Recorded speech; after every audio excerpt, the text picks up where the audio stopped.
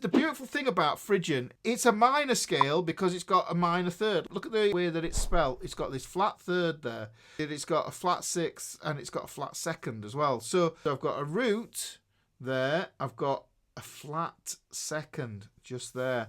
I've got a semitone right away there, guys. Then what happens is I get my flat third here, fourth. A lot of the intervals are exactly the same, but we've got extra ones going on in here. We've got the flat six and then we get the flat seven here. And what I can do is I can just do the same thing here like I did before. I can take that pattern, I go flat seven, there's my root, there's my flat second again. Let's put the flat third here, the fourth here, the fifth here, the flat sixth just here, the flat seven here. We get the root again here. So that's 2 octaves, but just complete the string. Let's put that there. And then we put this flat 3 here. Now, I'm going to play this clean. Remember, this is all based on using that open E string. So we've got an E Phrygian there. Phrygian, it's a minor mode. So that means it's going to be E minor. That is going to be the home chord for it, okay?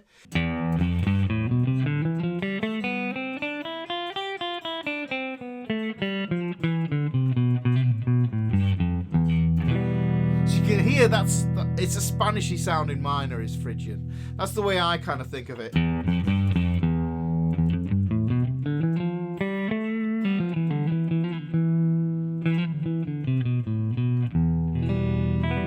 Now you can think to yourself, all right, well, where else can I play? You know, using those, I can play that up there, but I don't have to just play a power chord. I can play a full chord. So I'm there and I'm going.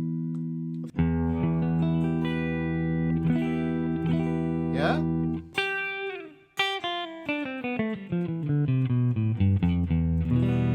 we've got that there. Okay. You hear that? So we've got the E minor there. Got the E minor there. And it sounds completely different. It sounds more exotic than the pentatonic. Now, because I've already looked at the shapes and stuff that we need, but from a power chord perspective, this introduces a lot. And what you'll see is if I put the filth back on, this is the framework for that Florida, Tampa Bay sort of sound. It's very Phrygian based, guys. So what we've got is got this E here, power chord. And then what we can do is we can go to...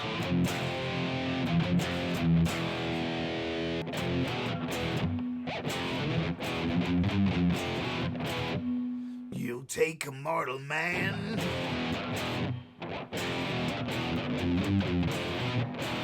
Yeah, so you can see this here, semitone, power chords, a semitone between them.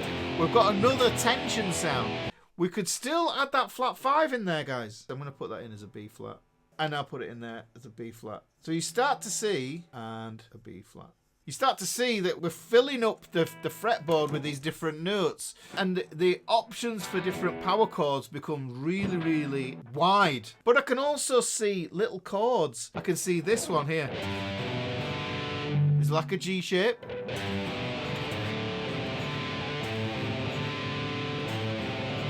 Yeah.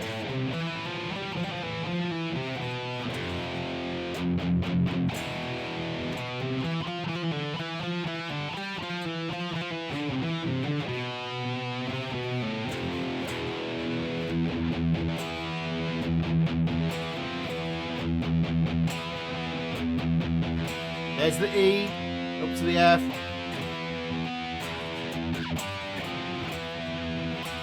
So you can hear that that's the kind of idea that the Phrygian's going to give you. But then when it comes to your solo, you can take that scale there, you can play it down there, but you can also... Yeah, you're up here.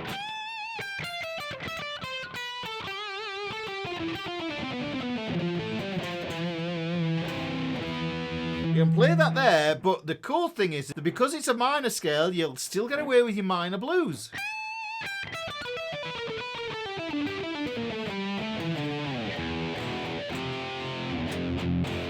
Which is what Kirk Hammett does, guys. He gets away with it because that's what he does. He plays the minor blues on top of Phrygian sounds. It's a different sound though, isn't it, to our sort of Black Sabbathy thing.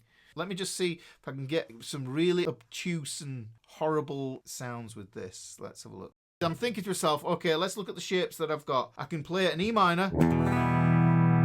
And then what I can do is I've got this.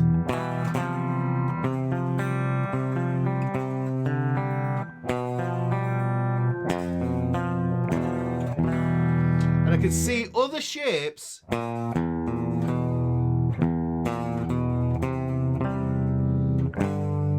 And I can put those in there as well. So I can use clean. I can use open strings. Ringing strings. You see the strings are ringing.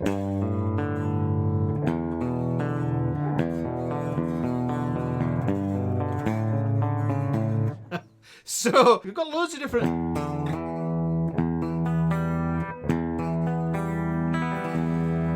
Got all this in here. I'm playing the power chord and I'm playing the other 4 strings open. You could just take one power chord shape down. The cool thing is, because we know this is all in E minor, we've got an E minor chord with the open E, G and B strings, because that is an E minor chord. If you take the 2 fingers from your E minor chord and you just imagine that those strings weren't there, yeah, but the guitar was tuned, you'd have an E here and you'd have the G, the B and the E. You still got the E minor. You think to yourself, putting those 2 on there makes it an E minor, but that's an E minor. Okay? So if I imagine that those 2 strings then become the playground for these patterns, so I think to myself, okay, what can I do there? Now, some of the sounds aren't going to be great. Yeah, but some of them are going to.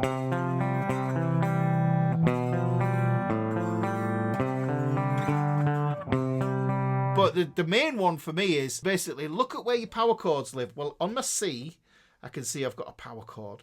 I've got a D on a power chord. I've got an E power chord. I've got an F, and I've got a G there. So I can play those.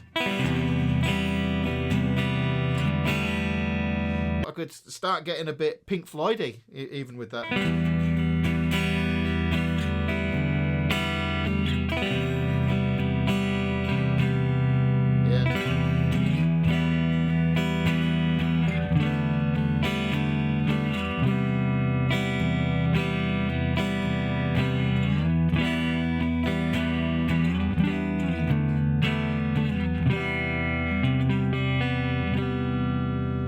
Because I've got that E minor that's underlying it all. It's holding it all together. It's giving this commonality between all the sounds.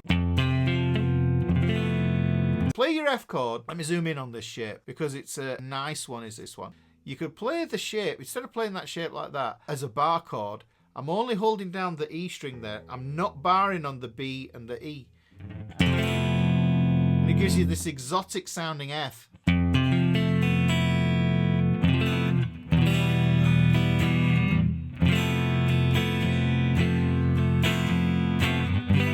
Do it on the G as well. We've got these lovely clean chords that we can put in the mix. We've got a framework for it.